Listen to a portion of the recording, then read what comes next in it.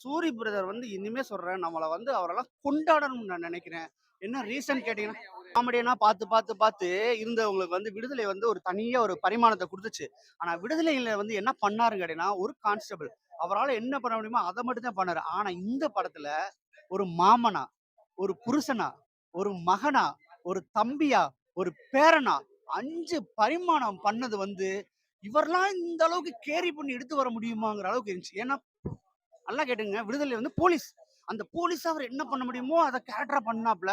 Vetrimaaran sir குடுத்தது வந்து ஒரு கேரக்டரா வந்து ரொம்ப டவுட்லயே குடுத்தாரு. அந்த சூரிக்கு ஒரு கேரக்டர் சிக்ஸ் பேக்ஸ் வச்சு வந்திருக்க. நீ உனக்கு இந்த கேரக்டர் நீ பண்ண முடியும்னு சொல்லிட்டு ஒரு கேரக்டர் குடுத்தாப்ல. அந்த கேரக்டர வாழ்றது வந்து ஒரே ஒரு ஜானர் தான்.